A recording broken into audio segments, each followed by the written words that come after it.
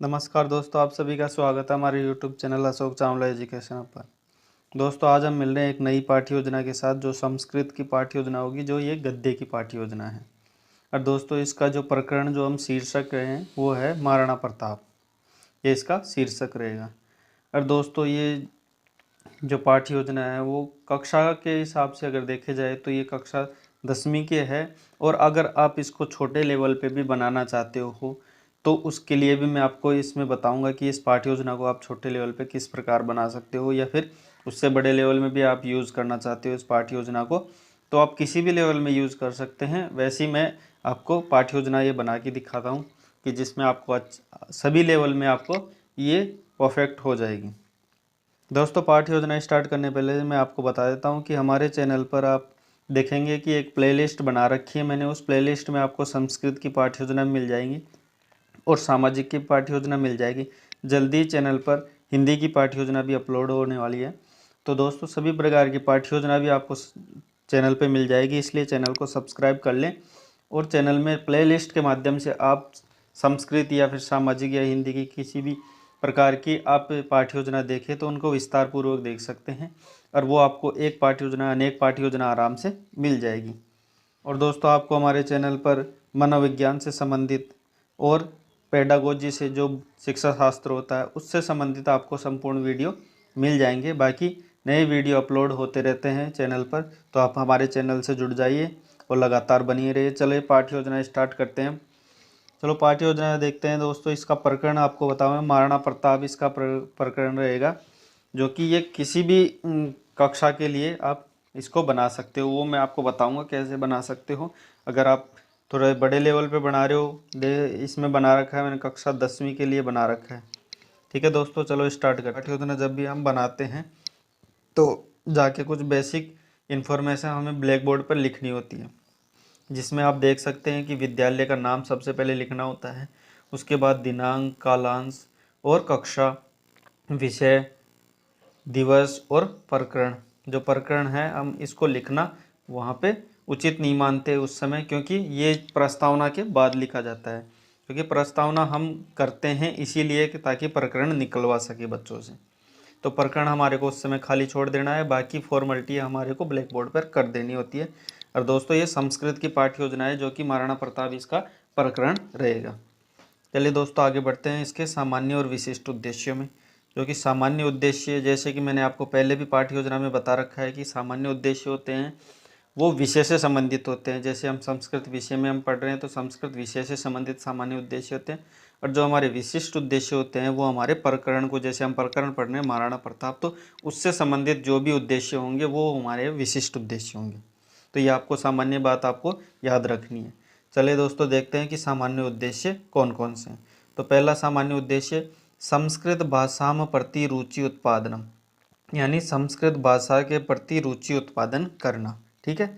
दूसरा उद्देश्य देखें, संस्कृत भाषायाम लिखित गद्य खंडानाम भावानुगुणम विराम चिन्हानुसारम पठनस्य योग्यता उत्पादनम, यानी संस्कृत भाषा में लिखित गद्य खंड और भाव के गुण, विराम चिन्ह, इनके अनुसार पठन की जो योग्यता है उनका उत्पादन करना। ठीक है। अगला देखते हैं, भाषायाम चतुर्णाम कौशलानाम विकासम, यानी भाषा के जो चारों कौशल है, श्रवणम, भाषणम, पठनम, लेखनम, ये चारों कौशल है, इनका विकास करना। चौथा देखते हैं, संस्कृत व्याकरणस्य ज्ञानम प्रदानम, यानी संस्कृत का जो व्याकरण का ज्ञान है वो प्रदान करना। दोस्तों, कल एक कमेंट आया था कि उसमें बोला गया, किसी मैम ने बोला था कि आप संस्कृत की जो पाठ्य योजना बनाते हो उसका हिंदी में भी अनुवाद पूर्ण तरीके से इसमें लिखा करें। तो दोस्तों, अगर मैं हिंदी की पाठ्य योजना जब बनाऊंगा तो उसमें फिर किस में लिखूंगा? तो संस्कृत की पाठ्य योजना अच्छा रहेगा आप संस्कृत में ही लिखना समझे। आप बाकी जो समझाने की बात है वो मैं आपको हिंदी में पूर्ण तरीके से बताता हूँ। हर एक लाइन का, हर एक शब्द का आपको हिंदी में अनुवाद करके बताता हूँ, तो आप समझने के माध्यम से हिंदी में अच्छे से समझे। क्योंकि मैं संस्कृत टू संस्कृत समझा ही नहीं रहा आपको, क्योंकि समझने में प्रॉब्लम ना आए, इसलिए मैं हिंदी का प्रयोग करता हूँ संस्कृत की पाठ्य योजना समझाने में। बाकी आपको लिखना संस्कृत में ही है और वहीं पाठ्य योजना में आप संस्कृत का ही प्रयोग करें तो अच्छा ही है।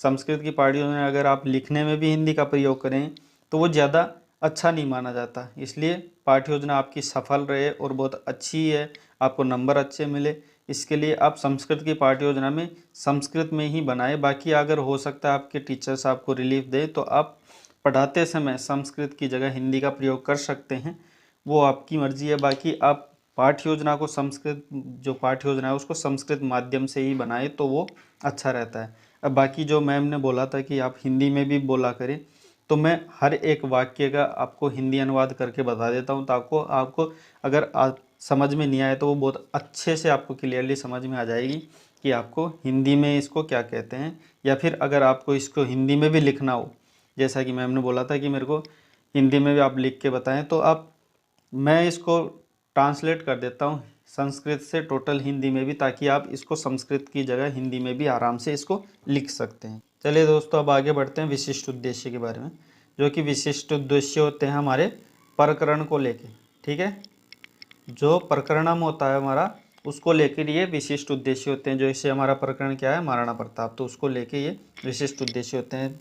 ज्ञानात्मक जो उद्देश्य हैं उनमें देखते हैं, भाषा तत्वानाम ज्ञानम, यानी भाषा तत्वों का ज्ञान कराना। दूसरा है छात्रा पाठे आगतानाम नूतन शब्दानाम ज्ञाने समर्था भविष्यन्ति, यानी जो छात्र हैं वो पाठ में आए हुए नूतन शब्द यानी नए शब्दों का ज्ञान करने में समर्थ बन सके, ऐसी योग्यता उनमें उत्पादन करना। तीसरा है छात्रा महाराणा प्रतापस्य जीवन वृत्तम ज्ञानन्ति, यानी ज्ञास्यन्ति यानी जानेंगे। तो यानी छात्रा महाराणा प्रतापस्य, यानी जो महाराणा प्रताप है उनके जीवन के बारे में जानेंगे। आगे चलते हैं, सहायक उपकरणानि, यानी जब पाठ हम जब पढ़ाते हैं, जो हमारा प्रकरण पढ़ा रहे हैं उसकी सरल रूप करने के लिए, उसको अच्छे से बच्चों के सामने प्रेजेंट करने के लिए हम सहायता के रूप में कुछ उपकरण लेते हैं। उन्हीं उपकरणों को सहायक उपकरण हम बोलते हैं, जिसमें श्याम पट्ट जिसे हम बोलते हैं ब्लैक बोर्ड, सुधाखंड जिसे बोलते हैं हम चौक, मार्जनी होता है डस्टर, और आकुंचन फलक संस्कृत में बोलते हैं इसको। वैसे आप लपेट फलक भी बोल सकते हो, लेकिन संस्कृत के अलावा जैसे हिंदी हुआ, सामाजिक हुआ, या फिर अर्थशास्त्र हुआ, बाकी सभी सब्जेक्टों में आप इसको लपेट फलक बोल सकते हैं, कोई दिक्कत नहीं है। लेकिन संस्कृत में अगर आप आकुंचन फलक लिखेंगे तो वो ज़्यादा उचित माना जाता है। ठीक है, आगे चलते हैं, सांकेतिका या संकेतिका, जिसे इंगित डंडिका हम बोलते हैं, जिसे हम संकेत देते हैं, है ना, उस डंडिका यानी उस डंडे को ही सांकेतिका कहते हैं। आगे चलते हैं दोस्तों, विधि, अगला बिंदु है वो है विधि, यानी किस विधि के माध्यम से हम पाठ को प्रेजेंट करेंगे, बच्चों के सामने प्रस्तुत करेंगे। तो इसमें पहला देखिए व्याख्या विधि, यानी बच्चों को व्याख्या हम करते हुए और विश्लेषण के माध्यम से, यानी हर एक चीज़ को हम टुकड़े के माध्यम से करते हुए बच्चे को व्याख्या रूप में बताएंगे। तो ये हमारी विधि हो गई। अब होता है पूर्व ज्ञान, जो अगला बिंदु है वो है पूर्व ज्ञान। छात्रा प्राय से महाराणा प्रताप विषय सामान्यतः जानती, यानी छात्र हैं वो प्राय से जानते हैं क्या, महाराणा प्रताप के बारे में सामान्य बातें जानते हैं। ठीक है, महाराणा प्रताप के बारे में बच्चों ने पहले कुछ सुना होगा, ये पूर्व ज्ञान है। उसके बाद होती है हमारी प्रस्तावना।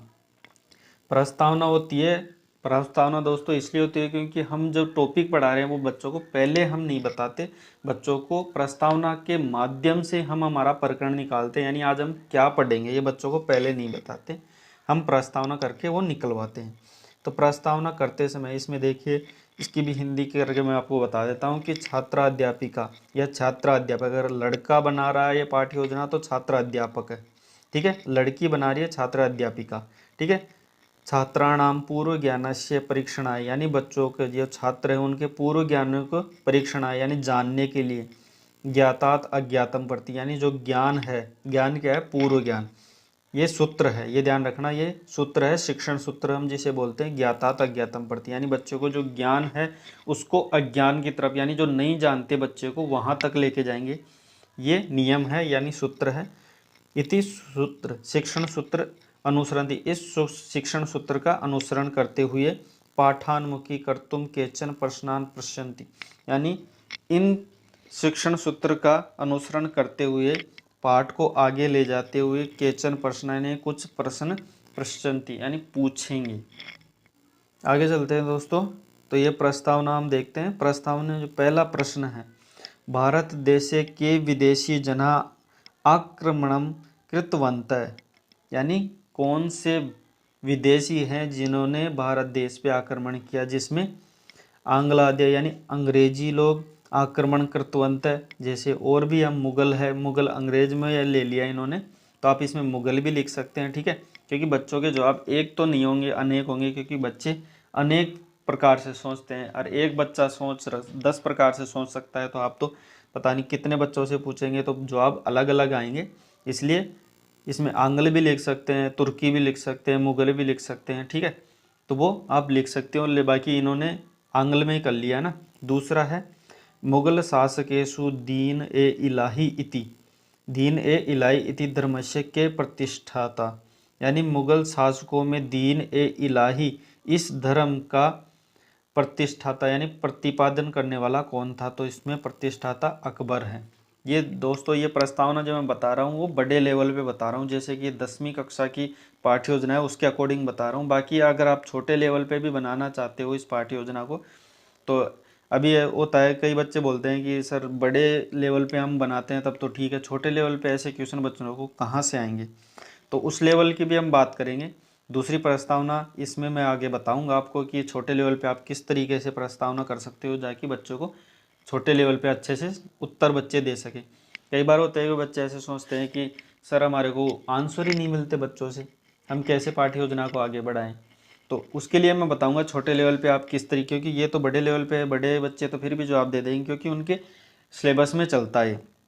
लेकिन छोटे बच्चों के सिलेबस में इतना हार्ड तो नहीं, दीन इलाही क्या किसने स्थापना की इस धर्म की, तो वो छोटे बच्चों में नहीं चलता। उसके लिए मैं आपको थोड़ी देर में बताता हूँ, ये प्रस्तावना हो जाए उसके बाद वो प्रस्तावना करेंगे, उसके बाद आगे चलेंगे ना। तो छोटे बच्चों की बताऊँगा, पहले इसमें देखते हैं 10वीं कक्षा के अकॉर्डिंग बता रहा हूँ ये प्रस्तावना। आगे दे अकबरस्य, यानी अकबर अभी आया था कि अकबर ने दीन इलाही धर्म की स्थापना की। अकबरस्य पराधीनता के न स्वीकृतवान, यानी अकबर की पराधीनता कौन नहीं स्वीकार किया था, तो महाराणा प्रताप थे जिन्होंने अकबर की पराधीनता यानी उसके अधीन जाना स्वीकार नहीं किया था। आगे चलते हैं। महाराणा प्रतापस्य विषय भवंत किम किम जानन्ति, यानी महाराणा प्रताप के विषय में आप, भवंत होता है आप, क्या क्या जानते हैं। तो जिज्ञासात्मक प्रश्न होगा। जिज्ञासात्मक इसलिए प्रश्न होगा क्योंकि क्या क्या जानते हो, इसमें ऐसा तो नहीं कि कोई सटीक उत्तर देगा, सटीक उत्तर इसमें देना नहीं है, तो इसमें बहुत से उत्तर आएंगे, इसलिए जिज्ञासा यानी पूर्ण रूप से नहीं बता पाएंगे बच्चे, बताएंगे लेकिन पूर्ण रूप से नहीं बता पाएंगे, इसलिए ये जिज्ञासात्मक प्रश्न हो गया। और जहाँ जिज्ञासात्मक या समस्यात्मक प्रश्न होता है वो हमारा अंतिम होता है, यानी यहाँ पे आके हमारी पाठ्य योजना में जो प्रस्तावना कौशल है वो समाप्त होता है।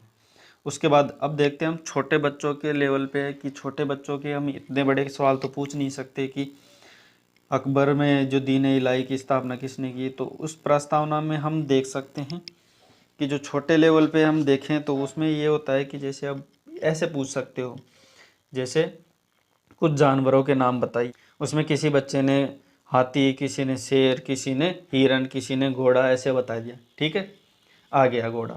उसके बाद दूसरा हम प्रश्न करेंगे, जो घोड़ा है, ठीक है, ये जानवरों में आ गया, तो घोड़ा जो एक घोड़े का नाम है चेतक, वो किस महान शासक का घोड़ा नाम था जो चेतक था। तो उसके बाद बच्चे आगे जवाब देंगे कि ये महाराणा प्रताप, क्योंकि बच्चों ने ये सुन रखा है, सामान्य सी बात है, क्योंकि चेतक महाराणा प्रताप का घोड़ा ये सभी ने सुन रखा, ठीक है, महाराणा प्रताप आ गया। उसके बाद अगला क्वेश्चन होगा वो ये होगा कि महाराणा प्रताप थे वो विषय, जो उनके विषय में आप क्या क्या जानते हो। तो बच्चे के बारे में वो जिज्ञासात्मक प्रश्न, वापस वही हम पहुँच वहाँ ही गए कि महाराणा प्रताप के विषय में हमारे को पढ़ाना है, तो महाराणा प्रताप के विषय में आप क्या क्या जानते हो, वैसा हम बोल के वहाँ ख़त्म करते हैं। तो ये छोटे बच्चों में भी हो जाएगा, और यही जो पाठ हम पूरा उसमें उठा के ले सकते हैं अपने विषय वस्तु के अनुसार। लेकिन जो प्रस्तावना कौशल है बच्चों में, तो मैंने बच्चों के हिसाब से बता दी कि बच्चों में आप किस प्रकार कर सकते हैं और बड़ों में आप इस प्रस्तावना को किस प्रकार कर सकते हैं। पार्ट वही सेम रहेगा। उसके बाद आगे चलते हैं। उद्देश्य कथन।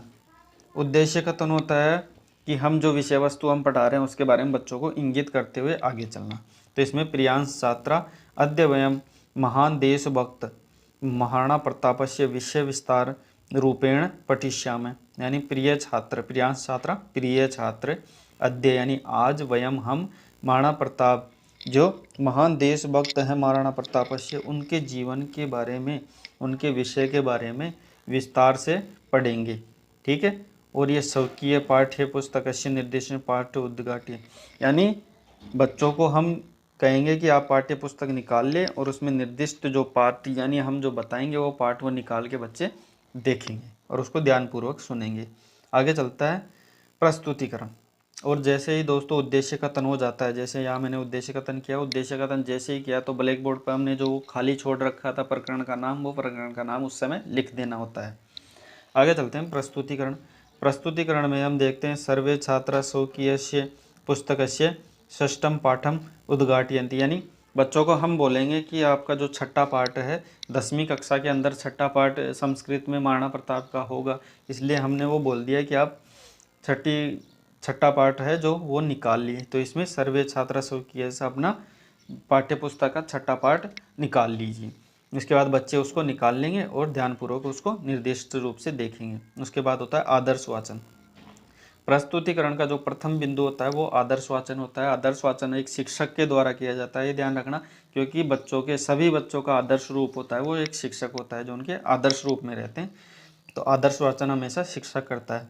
तो शिक्षक जो भी विषय वस्तु है, यानी उस पाठ में जो भी कुछ पढ़ाना चाहता है, जितना पढ़ाना चाहता है, उसको बच्चों के सामने आदर्श रूप में लय ताल और पूर्ण स्पष्टता शुद्धता के साथ वो आदर्श वाचन करेगा और बच्चे उसका अवबोध करेंगे और ध्यानपूर्वक उसको सुनेंगे।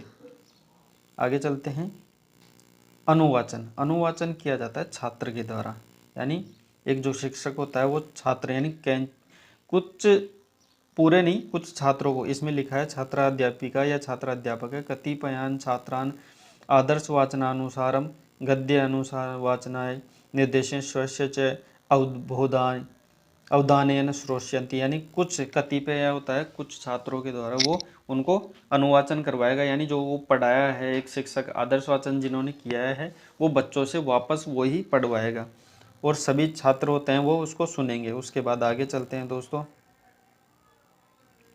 अशुद्धि संशोधनम। अशुद्धि संशोधन बच्चों से करवाता है तो सर्वे छात्रा अनुवाचन, यानी जो भी बच्चा अनुवाचन करेगा, यानी जो शिक्षक ने पढ़ाया है उसको दोबारा पढ़ेगा तो कुछ गलतियां करेगा, उन गलतियों को वो शिक्षक होता है वो उनको लिखता रहेगा ब्लैक बोर्ड पर। जैसे कि यहाँ पे कुछ शब्द बच्चों ने गलती की होगी, ससदृग, प्राधीनम, विनयव, वैदेशिका, राजान, ऐसे कुछ शब्द हैं जिनको वो लिखता रहेगा कि बच्चों ने इन शब्दों में बोलने में गलती की है। उसको समझाने के लिए फिर क्या करेगा, काठिन्य निवारण, यानी बच्चों को इनमें जो शब्द अभी मैंने बताया उनमें गलती करेगा, यानी बोलने में उसको कठिनता आई। अब उन कठिनता का निवारण करने के लिए काठिन्य निवारण होता है जो कि अध्यापक करता है सभी छात्रों को साथ में लेके। उसके बाद ये शब्द हैं जो कि ब्लैक बोर्ड पर एक छात्राध्यापक और शिक्षक के रूप में करवाता है। तो परतंत्रम एक शब्द है, परतंत्रम जो बच्चों ने गलत किया है बोलने में उसको परतंत्रम को बोला था कि उसका अर्थ बताएगा पहले तो पराधीन होता है और इसका विश्लेषण विधि के माध्यम से उसको समझाएगा पर और तंत्रम। ठीक है, पर और तंत्रम यानी परतंत्रम, यानी पर यानी दूसरों के, तंत्र यानी तंत्र के अधीन। ठीक है, उसके बाद बताएगा वाक्य प्रयोग करके कि प्रताप कदापि परतंत्रम न अभवन, यानी प्रताप है जो महाराणा प्रताप है वो कभी भी परतंत्र यानी दूसरों के तंत्र में नहीं रहे, यानी मुगलों की बात आती है तो महाराणा प्रताप के वो अधीन नहीं रहे थे। एक वाक्यम रचयतु, यानी बच्चों से अब कहेगा शिक्षक कि हाँ, या छात्राध्यापक या छात्राध्यापिका कहेगी कि आप भी एक वाक्य का ऐसे भी एक वाक्य का निर्माण करो जिसमें कोई परतंत्र नहीं रहा हो, यानी परतंत्र नहीं रहा हो ऐसा शब्द उसमें आ जाए। आगे चलते हैं काले। काल का मतलब होता है समय, ये बच्चों को बताएगा और वाक्य प्रयोग विधि के माध्यम से बताएगा कि राम लक्ष्मण प्रातः काल यज्ञम कुरुता, इसमें यानी प्रातः काल राम और लक्ष्मण यज्ञ करते हैं। तो ऐसा ही दूसरा वाक्य बनाने के लिए बच्चों से कहेंगे। उसके बाद विनेव विनादन एव, इसमें विश्लेषण विधि के माध्यम से विना और एव अलग अलग भाग तोड़ के बताए, उसके बाद इसका वाक्य प्रयोग करेंगे कि भारतम विनेव राम लक्ष्मणो वनम आगच्छन्, यानी भरत के बिना, जो उनके भाई थे भरत, उनके बिना ही राम और लक्ष्मण वन में आ गए थे। ऐसा वाक्य प्रयोग करके, यानी उसमें क्या आ गया, विनेव, यानी बिना। तो उसके बाद बच्चों से कहेंगे कि एक वाक्य आप भी ऐसा निर्माण करो जिसमें विनेव शब्द आए। उसके बाद बोध प्रश्न होता है, जितना हमने पढ़ाया। बोध प्रश्न का मतलब क्या होता है कि बच्चों को हमने जितना पढ़ाया उसका बोध क्या हुआ, उसमें ज्ञान बच्चों में कितना हुआ, इसके लिए कुछ प्रश्न करते हैं। जिसमें पहला प्रश्न है, सहस्राधिकम वर्षाणि क देश प्रतंत्रम आसीत्, यानी सहस्त्र वर्षाणी, यानी 1000 वर्षों तक प्रतंत्र देश कौन सा रहा है, तो वो भारत देश है। दूसरा क्वेश्चन है, के जना सर्वथा निराशा परमात्मांच आश्रितम जीवते, यानी कौन से लोग हैं जो सभी निराशा और परमात्मा के आश्रित हो गए थे, तो वो है भारत के देश, यानी जो भारत के लोग हैं वो। उसके बाद है, क वीर है भारतीय स्वतंत्र इतिहास है अप्रीतम, यानी कौन से वीर हैं जो भारतीय स्वतंत्रता के इतिहास में अप्रीतम है, तो वो है महाराणा प्रताप। उसके बाद है अगला क्वेश्चन, क्योंकि ये बच्चों को हमने पढ़ा दिया है तो बच्चे उसका आसानी से उत्तर दे रहे हैं। उसके बाद आगे चलते हैं, हमारा अगला प्रश्न है, कै वीर है पंचविंशति वर्षात्मक के शासन काले मुगलई से युद्धम कर्तवान, यानी ऐसे कौन से वीर हैं जो पंचविंशति यानी 25 साल तक के वर्ष तक शासन काल में मुगलों के साथ युद्ध करते रहे, तो वो महाराणा प्रताप हैं।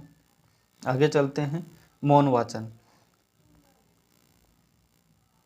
देखिए दोस्तों, मौन वाचन होता है बच्चों के द्वारा। एक शिक्षक क्या कहता है, बच्चों को बोलता है मौन रहने के लिए, और खुद उस कक्षा का निरीक्षण करता है, उनको देखता है, और बच्चे शांत रूप में रह के हमें जो पाठ्य पुस्तक होती है, जो किताब होती है, उसको वो ध्यान पूर्वक पढ़ता है, गहनता से पढ़ता है, और शिक्षक उसका निरीक्षण करता है। इतनी सी बात है इसमें। मौन वाचन बच्चे शांतिपूर्वक पढ़ते हैं मौन रह के। उसके बाद है विचार विश्लेषणात्मक परीक्षक। अब बच्चों को ज्ञान तो हो गया, अब उस ज्ञान को अगर हम विचार के रूप में बच्चों का अपना स्वयं का विचार भी प्रकट करवाएं तो कितना कर सकते हैं। ठीक है, तो उसमें जो प्रश्न होता है उसमें पहला प्रश्न रखा गया, महाराणा प्रताप की दृश्य वीरासित, यानी महाराणा प्रताप कैसे वीर थे, तो बच्चे उत्तर देंगे सूरवीर थे, साहसी थे। ठीक है, उसके बाद हम उसका विचार विश्लेषण करेंगे, यानी अपने विचारों के माध्यम से स्पष्टीकरण करेंगे कि महाराणा प्रताप एक है स्वाभिमानी, युद्ध निपुण, द्रुदृष्टा, ठीक है, कर्मठ, युद्ध कौशल, सहनशीलता, योद्धा आसित। कौन से योद्धा थे वो, इसमें विस्तार पूर्वक बताएंगे स्पष्टीकरण करके, ताकि बच्चों का विचार जो विश्लेषण करने का तरीका है वो बढ़। इसके बाद देखिए दोस्तों, मूल्यांकन प्रश्न, यानी बच्चों में मूल्यांकन करना, कि बच्चों में पूरा पाठ पढ़ लिया, अब इसका मूल्यांकन जांचते हैं, यानी सभी बच्चों से उसका मूल्यांकन करवाते हैं कि किस प्रकार बच्चों में पूर्ण रूप से ज्ञान हुआ या नहीं हुआ। तो इसमें ऊपर लिखा हुआ आपको स्पष्ट रूप से ये दिख नहीं रहा होगा, मैं बोल के बता देता हूँ। छात्राध्यापिका या छात्राध्यापक है, जो भी आप छात्राध्यापक, लड़का हो तो उस हिसाब से, लड़की हो तो उस हिसाब से। छात्राणाम बौद्धिक शक्ति चिंतन शक्ति च परिज्ञानाय मूल्यांकन प्रश्नान पृच्छन्ति, यानी छात्र अध्यापक होता है वो छात्रों से बौद्धिक शक्ति, उसकी बुद्धि की शक्ति को, और चिंतन शक्ति को ना, चिंतन शक्ति यानी उसकी जो सोचने की शक्ति का परिज्ञान है, उनमें और भी ज़्यादा परिज्ञानी शुद्धता लाने के लिए मूल्यांकन प्रश्न पूछते हैं। यह ऐसा इसका हिंदी अर्थ है। इसमें छात्र अपनी योग्यता के अनुसार पुनरावर्ती कृत्वा च उत्तराणि दास्यति, उत्तराणि दास्यति। तो इसमें बच्चे अपने योग्यता के अनुसार उसका उत्तर देने की कोशिश करेंगे। अब देखते हैं दोस्तों पहला प्रश्न, भारतवर्षे सहस्राधिक वर्षाणि प्रतंत्रम आसीत्, यानी भारत देश 1000 वर्षों तक प्रतंत्र रहा था, तो वो किसके, तो पाठ में हमने पढ़ा मुगल शासकों के अधीन, तो इसका उत्तर मुगल शासक बच्चे देंगे। उसके बाद दूसरा प्रश्न, और इसमें दोस्तों आपको सभी प्रकार के प्रश्न लेने हैं, जैसे अवैध रिक्त स्थान, वन लाइनर जिसे हम कहते हैं वो वाले। तो दूसरा प्रश्न है, भारतीय सर्वदा निराशाम परमात्मांच आश्रितम, ठीक है, ये भारतीय जो लोग थे वो सभी निराशा हो गए थे और परमात्मा के आश्रित हो गए थे। ठीक है, इसमें आंसर होगा निराशा। उसके बाद कदापि पराजय व न प्रदर्शितवान, यानी कभी भी पराजित और क्या नहीं हुए थे, दैन्यम यानी गरीब नहीं हुए थे। उसके बाद दूसरा है, तीसरा क्वेश्चन है, भारतीय स्वतंत्रताम आशी योद्धा रूपेण स्मर्यते। तो महाराणा प्रताप यानी भारतीय स्वतंत्रता में हास्य रूप में योद्धा स्मर्यन्ते यानी जो योद्धा थे वो भारतीय स्वतंत्रता के रूप में कौन थे, महाराणा प्रताप।